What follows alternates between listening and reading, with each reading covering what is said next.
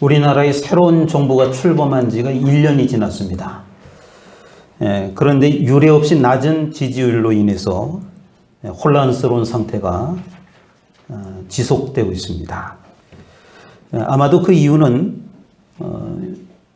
어쨌든 준비되지 않은 상태에서 갑작스럽게 대통령이 자리에 올랐기 때문에 새롭게 일들을 정리해 나가는 데 있어서 많은 오류들이 있는 것이 아닌가, 이런 생각을 하게 됩니다.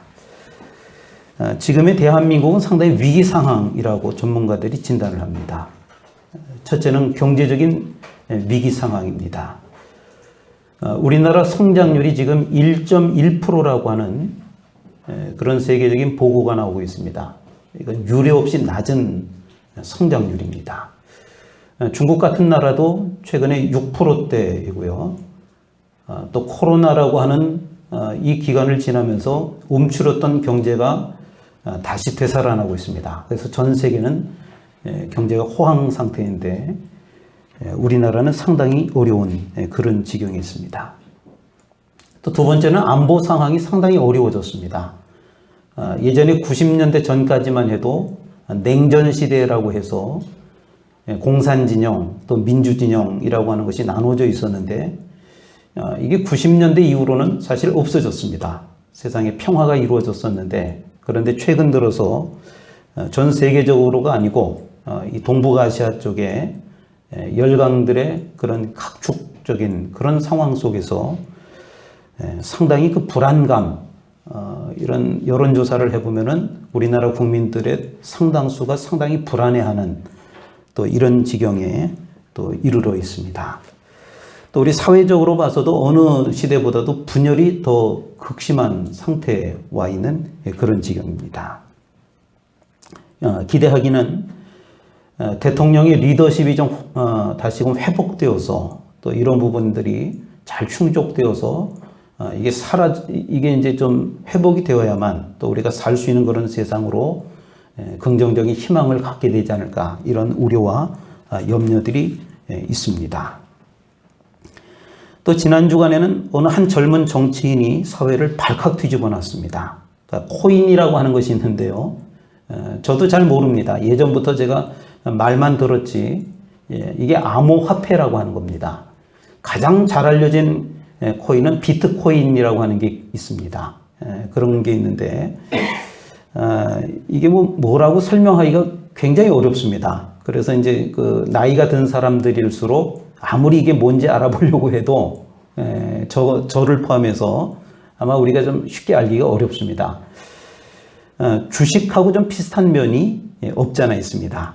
그런데 주식이라고 하는 것은 상한가, 하한가라고 하는 것이 있어서 등락폭이라는 게 있습니다. 그래서 하루에 어느 정도까지는 올라갈 수 있고 어느 정도까지는 내려갈 수가 있는데, 그런데 코인이라고 하는 것은 상당히 사기성이 짙습니다. 그런 금융거래라고 할 수 있는데, 예를 들면 이런 겁니다. 그러니까 주식처럼 그 액면가가 있는데 100원이었던 것이 10만 원도 될 수가 있습니다. 또 반대로 10만 원이었던 것이 100원이 될 수도 있는 게 이게 코인입니다. 그래서 100원에 사가지고 10만 원에 이걸 엄청 많이 사가지고 파니까 수십억의 돈을 벌 수 있게 되는 거거든요.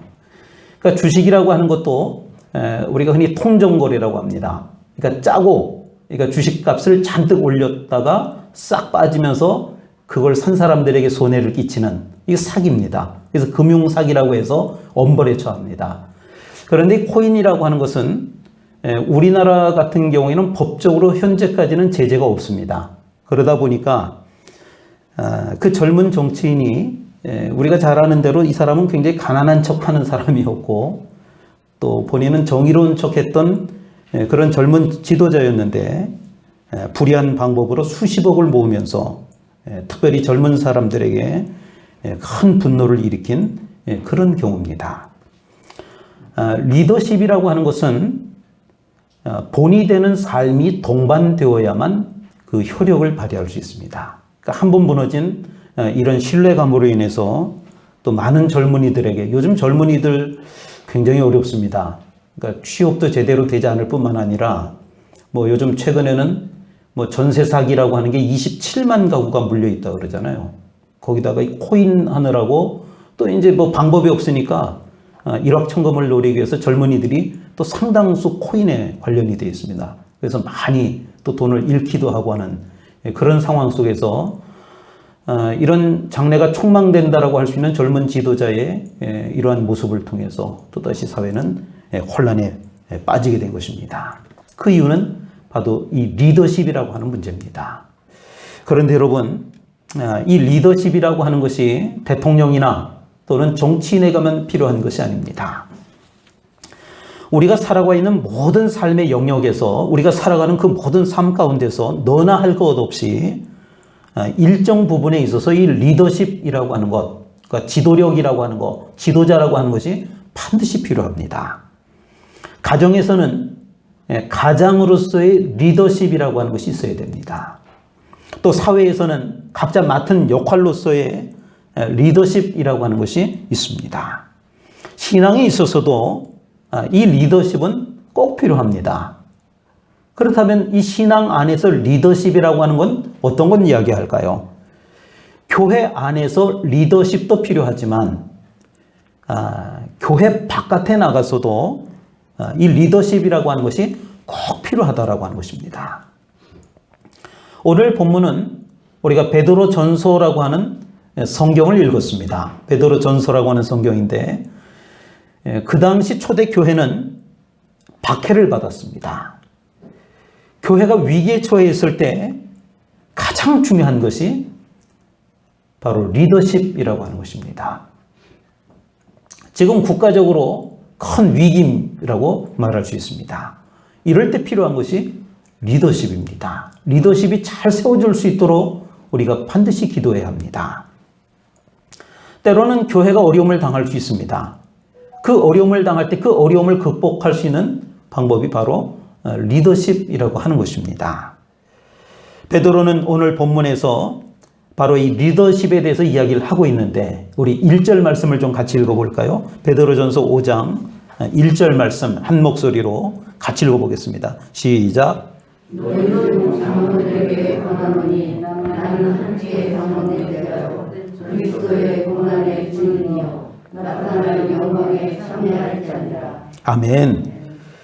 너희 중 장로에게 권하노니 너희 중 장로에게 권하노니 이렇게 말씀합니다.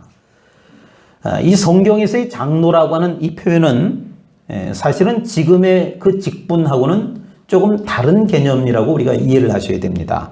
왜냐하면요, 그 당시에는 신학교라고 하는 것이 없었기 때문에 믿음이 있고 또는 영향력을 끼칠 수 있는 사람들, 그 사람들 중에 그 교회의 지도자로 세웠던 것입니다. 그래서 그들을 뭐라고 칭했느냐? 엘더, 장로라고 하는 직분을 준 것입니다. 장로란 연장자, 경험이 많은 자라고 하는 그런 뜻을 가지고 있습니다.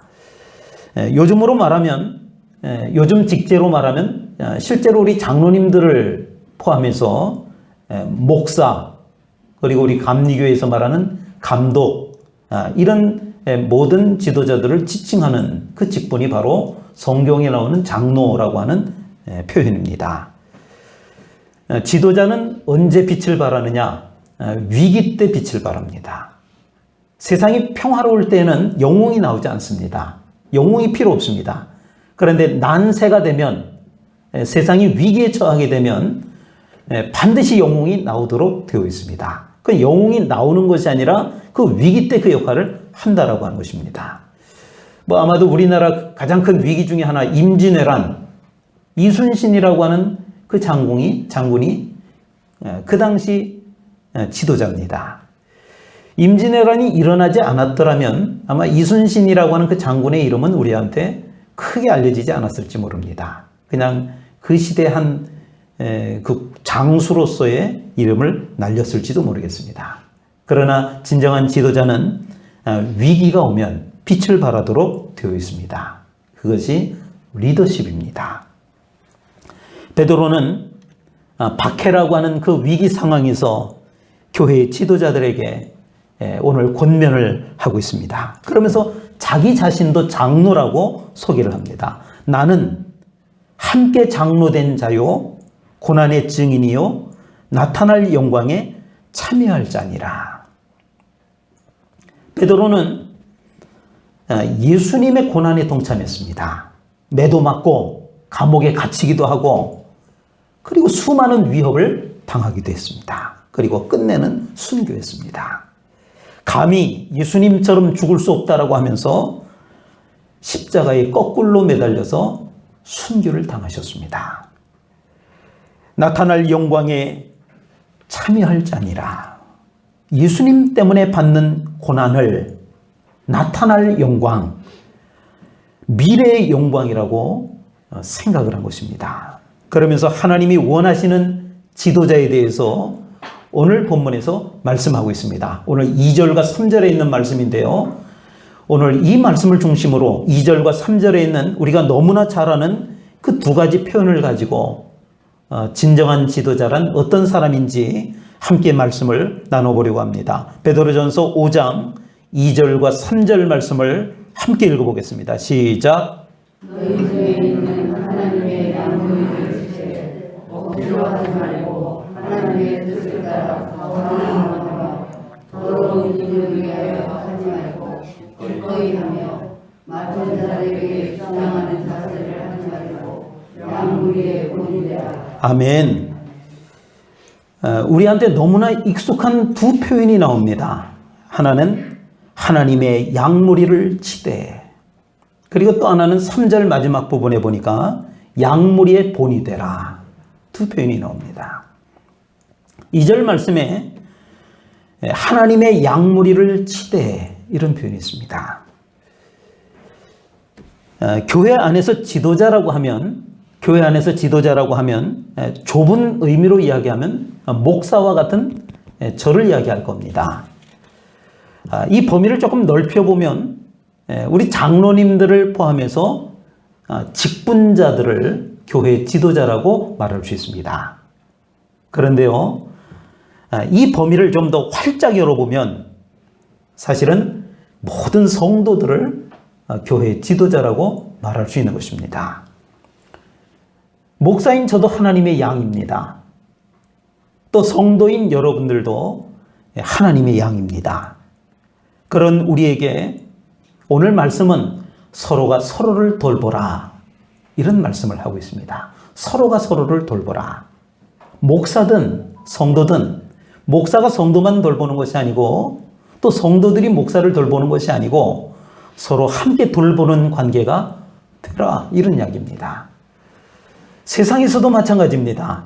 지도자가 있고 또 그 지도자의 지도를 받는 일반 사람들이 있습니다.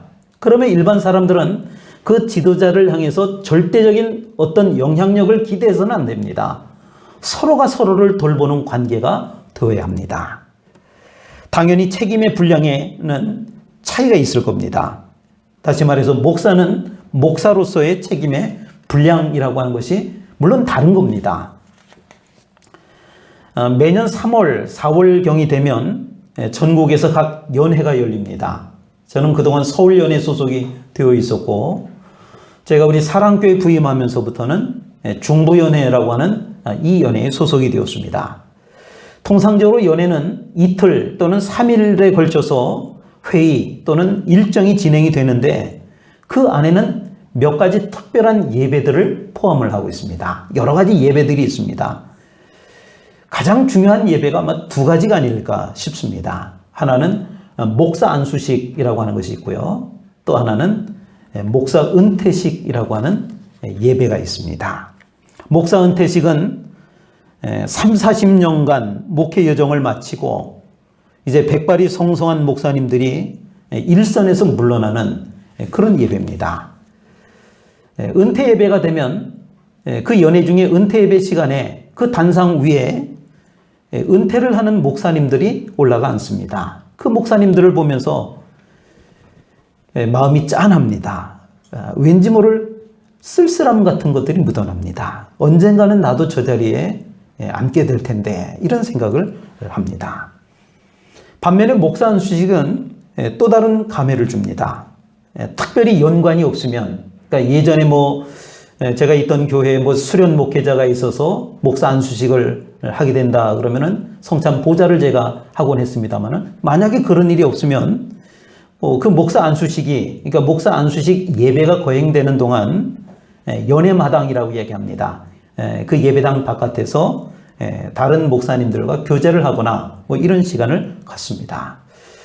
저는 올해 이 목사 안수식은 저한테는 아주 특별한 그런 해였습니다. 우리 연회는 아니고 서울 연회였지만 제 사위가 안수를 받기 때문에 그 서울 연회 목사 안수식에 참여를 하게 되었습니다. 목사 은퇴식보다 더 짠한 마음이 밀려옵니다. 은퇴하는 목사님들은 고난을 다 마치고 곧 영광의 자리에 참여하겠지만, 이제 목사 안수를 받고 목회를 시작하는 사위와 딸은 고난을 향해서 첫걸음을 떼는 그런 발걸음이기 때문에 그 안수식이라고 하는 것이 즐거운 마음, 뭐 행복한 마음, 이런 마음보다는 상당히 마음이 한켠으로 좀 아쉬움을 느꼈습니다. 하나님의 양무리를 치되 어찌 보면 그들도 양인데 또 아직도 뭔지 모르는 그런 시작 출발점에 서 있는데, 양무리를 쳐야 된다라고 하는 것이 때로는 힘들고 때로는 버거운 일이거든요. 목사도 사람인지라 연약한 부분이 있습니다. 시험에 들기도 하고 낙심에 빠지기도 합니다. 또 위로받기를 원하지만, 그러니까 목사인 저도 위로받기를 원하지만 그거는 무시당하고 제가 위로를 해야만 될 때가 목회 여정 가운데 수도 없이 많았습니다. 그래서 그렇지 않은 척 하면서 살 때가 참 많았습니다. 목회라는 게 그런 거더라고요. 그러니까 위로를 받아야 되는데 그렇지 않은 척 하면서 위로를 할 수밖에 없는 그런 상황입니다. 하나님이 원망스럽기도 합니다. 그래서 하나님께 원망을 하기도 했습니다. 지쳐 쓰러져 낙심하고 있을 때마다, 그런데 주님께서는 여전히 내게 다가오십니다. 그리고 나를 꼭 안아주셨습니다. 그러면서 이렇게 말씀하시는 거예요. 너도 이렇게 하면 돼. 제가 낙심하고 지쳐 쓰러져 있을 때 저한테 오셔서 꼭 안고는 하는 얘기가 너도 이렇게 하면 돼. 이렇게 얘기하시는 거예요. 양무리를 치되, 이게 뭔가 그랬더니 그 하나님의 마음을 품으라는 것이었습니다. 교회 안에서 하나님의 마음을 품는 것, 이것이 양무리를 치는 것입니다. 학창시절 성적이 좀 많이 떨어졌습니다. 제가 만회하기 위해서 열심히 공부를 한다고 했습니다. 그런데 그 다음 시험에서 성적이 더 떨어졌습니다. 그러니까 성적이 한번 안 좋았는데 열심히 공부를 해서 그 다음 시험을 봤는데 더 떨어진 거예요. 스스로 얼마나 낙심이 되는지, 이게 뭐지? 내가 왜 열심히 했는지 더 성적이 더 떨어졌지? 부모님에게 혼날 각오를 하고 성적표를 내밀었습니다. 그런데 그 성적표를 받아보신 아버지께서 괜찮아, 다음에 더 잘하면 되지 뭐. 제가 그 순간 눈물이 왈칵 쏟아졌습니다. 괜찮아, 이 말 한마디가 그 당시 어린 저에게 얼마나 큰 위로가 되었는지 모릅니다. 지도자의 마음, 그 대단한 게 아닙니다. 하나님의 마음을 품는 겁니다. 부모의 마음을 품는 겁니다. 그것이 양무리를 치는 것입니다. 제가 예전에 목사 안수를 받을 때 그 목사 안수식에서 주셨던 그 말씀 한 구절이 아직도 제 마음속에 남아 있습니다. 너무나 잘 아는 요한복음 10장에 있는 말씀입니다. 나는 선한 목자라. 선한 목자는 양들을 위하여 목숨을 버리거니와. 이 말씀이 마음에 남는데, 선한 목자는 양들을 위해서 목숨을 버린다라고 하는데 과연 내가 그럴 수 있을까? 그럴 수 없거든요. 자신이 없거든요. 그런데 여러분, 나는 양을 위하여 목숨까지 버릴 수는 없지만 예수님의 그 마음을 품는 것, 예수님의 그 마음을 품는 것, 그것이 영적 지도자에게 주신 말씀이라고 하는 것입니다. 그것이 양무리를 치는 것입니다. 그런데 여러분, 우리가 교회 바깥에 나가게 되면 우리 모두가 지도자라고 하는 사실을 우리가 인식해야 합니다. 그리스도인, 우리가 그리스도인이라고 불리우는데 우리가 교회 안에 있다가 나가면 다 지도자입니다. 왜냐하면 하나님의 마음을 우리 모두가 품고 있기 때문입니다. 저만 품는 게 아니거든요. 여러분들도 그 마음을 품는 것입니다. 하나님은 우리를 품어주셨습니다. 그리고 그 마음으로 이 세상을 품기를 원하시는 겁니다. 내가 너를 위로해 줄 테니 너는 세상에 나가서 세상을 위로해 주지 않겠니? 세상에서 권력을 가졌다 한들 그것이 영원할 리 없습니다.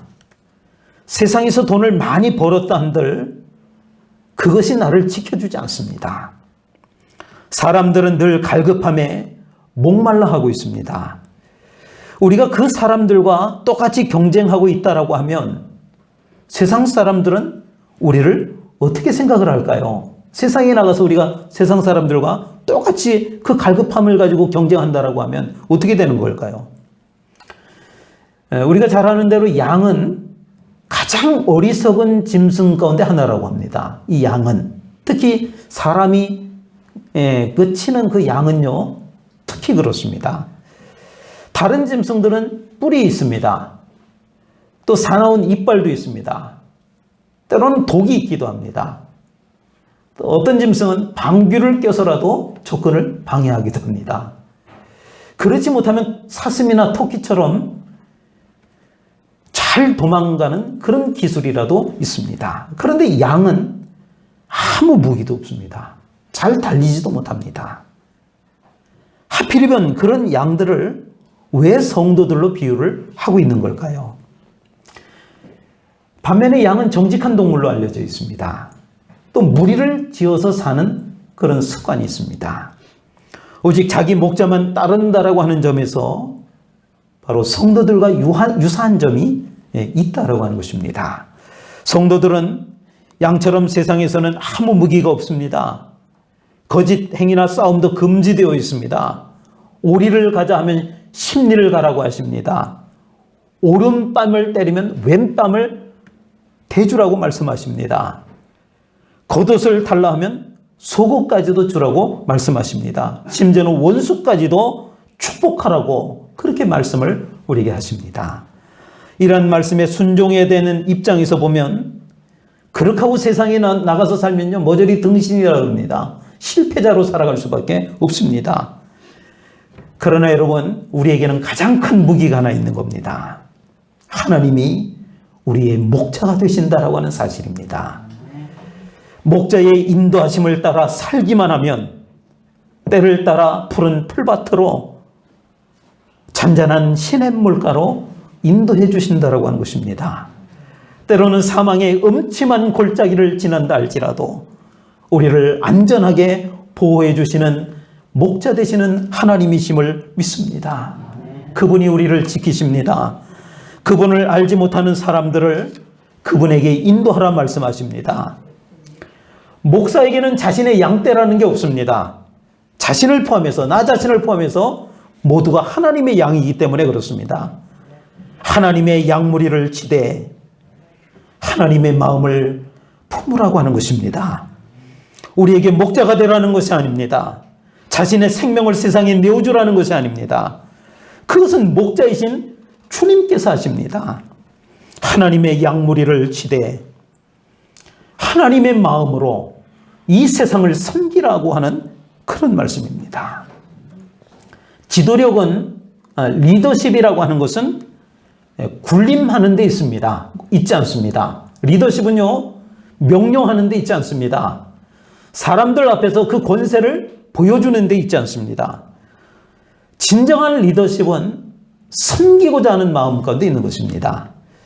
대통령의 리더십은 정치하는 사람들의 리더십은 섬길 때 빛을 발할 수 있는 겁니다. 본을 보이는 삶을 살아갈 때 사람들에게 존경을 받고 대접을 받는 것입니다.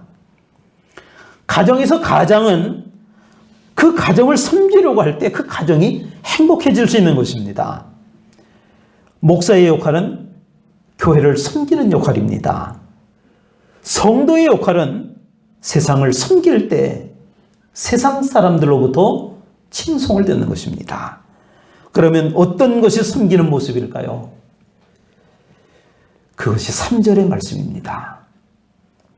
맡은 자들에게 주장하는 자세를 하지 말고 뭐라고요? 양무리의 본이 되라. 양무리의 본이 되라 그랬어요. 양의 특징 중에 하나가요. 양이 굉장히 어리석습니다. 그래서 뒤에서 그 양떼가 있으면 그 뒤에서 앞을 가라고 몰면은요, 양들이 못 갑니다. 어디로 가야 되는지를 모르는 거예요. 멍청해가지고. 못 가는 거예요. 그래서 그 이스라엘의 목자들은 어떻게 양을 치느냐면 맨 앞에 서는 거예요. 맨 앞에. 막대기와 지팡이를 들고 그 양떼가 있으면 맨 앞에 서가지고 앞서서 가는 거예요. 그럼 따라오는 거예요. 뒤에서 니들 앞에 가! 그럼 못 가는 거예요. 어디로 가라는 거예요, 도대체. 멍청해가지고. 그런데 앞에서 가면 따라오는 거예요. 하나님께서는 양무리를 치는 방법으로 양무리의 본이 되라. 양무리의 본이 되라. 이렇게 말씀하십니다. 본이 된다라고 하는 것은요, 먼저 그렇게 하고 나서 그 다음에 그것을 권하는 거예요. 먼저 그것을 하고 나서, 희생하고 나서, 먼저 나누고 나서, 먼저 숨기고 나서, 먼저 그 어려움 가운데서 헤쳐나가면서, 그리고 나서 그것을 권하는 것이 이게 본이 된다라고 하는 이런 뜻입니다. 그게 본이 되는 거예요. 저희 부모님이 금술이 굉장히 좋으셨습니다. 제가 초등학교 저학년 때까지 제 기억에 부모님이 몇 차례 말다툼하는 것을 제가 봤습니다. 초등학교 저학년, 한 1, 2학년 때까지 언뜻 본 것 같아요. 중학교 때쯤 되었을 때 제가 살던 동네 아랫집이 있었는데요.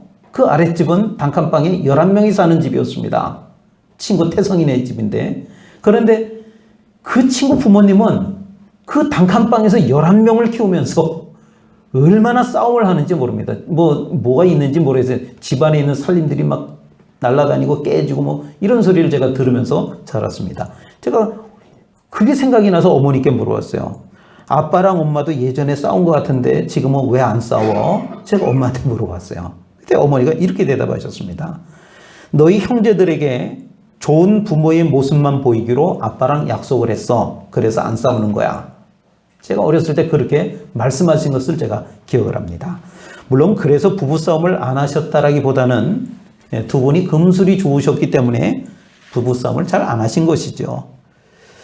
본을 보이려고 하는 그 부모의 마음은 아마 자녀를 올바르게 양육할 수 있는 가장 좋은 방법이 아닐까 싶습니다.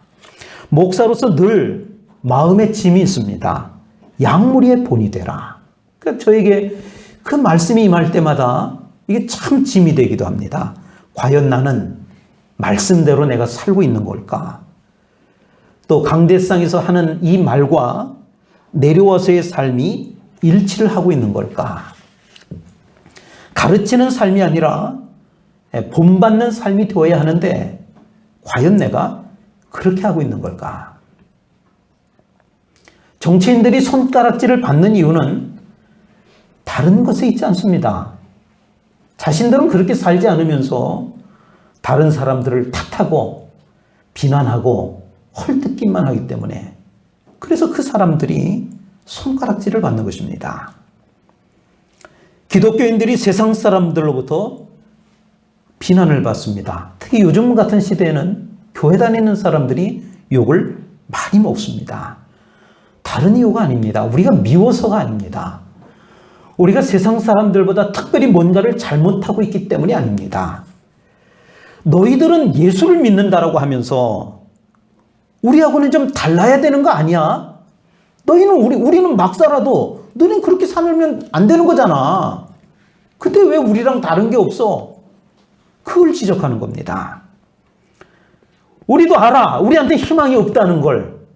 그러니 너네가 좀 희망이 되어주면 안 되겠어? 근데 왜 너네도 우리랑 똑같은 거야?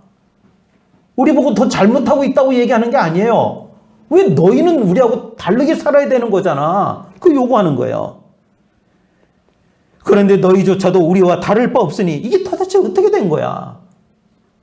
우리에게 본을 요구하는 겁니다. 양무리의 본이 되라. 이것이 세상 사람들이 우리에게 바라는 작은 소망인 것입니다. 지도자는 섬기는 사람입니다. 다른 사람에게 손해를 보는 사람입니다. 나를 낮추고 다른 사람을 세우는 것입니다. 하나님은 우리가 이러한 사람이 되기를 원하십니다.